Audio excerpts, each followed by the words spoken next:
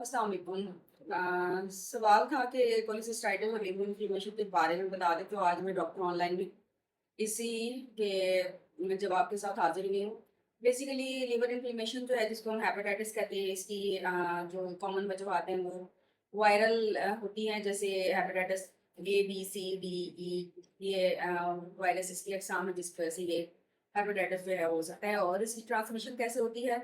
आलूदा जो सिरिंजेस हैं उनके इस्तेमाल से, और ब्लड ट्रांसफ्यूजन से, या फिर जो है वो आलूदा चीज़ें खाने से या पीने से ये हेपेटाइटिस जो है वो ट्रांसफर हो सकता है। अब मरीज़ जो है वो किस तरह से डॉक्टर के पास प्रेज़ेंट करता है, मरीज़ को यकान होगा।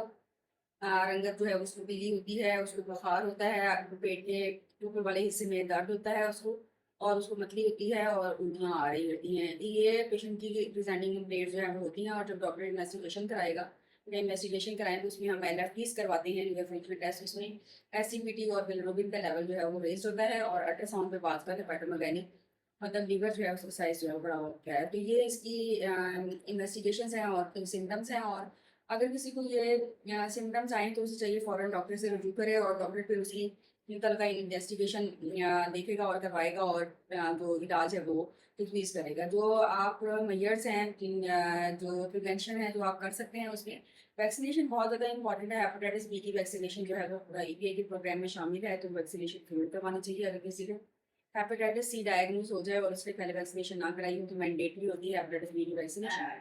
और हेपेटाइटिस ए और ई की जो है ना वो एंटी एक्टिव सॉरी इम्यूनिटी जो है ट्रांसफर की जाती है इम्यूनोग्लोबुलिन के जरिए से।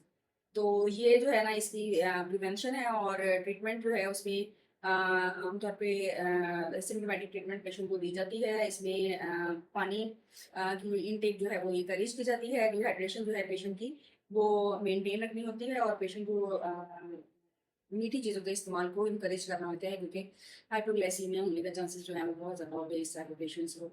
तो ये थोड़ा-सा है हेपेटाइटिस के बारे में। और कोलेसिस्टाइटिस इन्फ्लेमेशन जो गाल ब्लैडर की होती है उसको हम कोलेसिस्टाइटिस का नाम देते हैं। और इसकी मेन वजह जो है वो पित्त की जो पथरी है वो इसकी मेन वजह होती है। और भी वजूहत हो सकते हैं, लेकिन कॉमन कॉज जो है वो यही होती है। और इसका डायग्नोसिस जो है अल्ट्रासाउंड पे बनता है। पेशेंट को प्रेजेंटेशन जो है राइट अपर क्वाड्रेंट में सेवियर पेन होती है, पेशेंट को नौसिया होता है, वॉमिटिंग होती है।